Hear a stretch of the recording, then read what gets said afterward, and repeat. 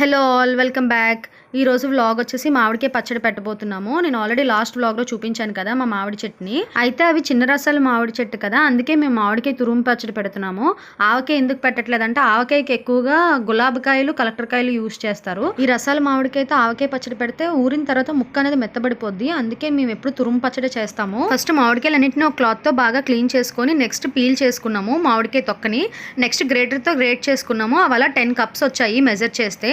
Next 10 cups మామిడికాయ తురుముకి 4 cups పచ్చికారం, 3 cups ఆవాల పొడి, 2 కప్స్ కల్లుప్పు, 1/2 కప్ మెంతి పొడి వేసుకుని ఒకసారి బాగా కలుపుకోవాలి. నెక్స్ట్ అందులోనే పావు వరకు వెల్లుల్లిని ఒకసారి క్రష్ చేసి వేసుకోవాలి.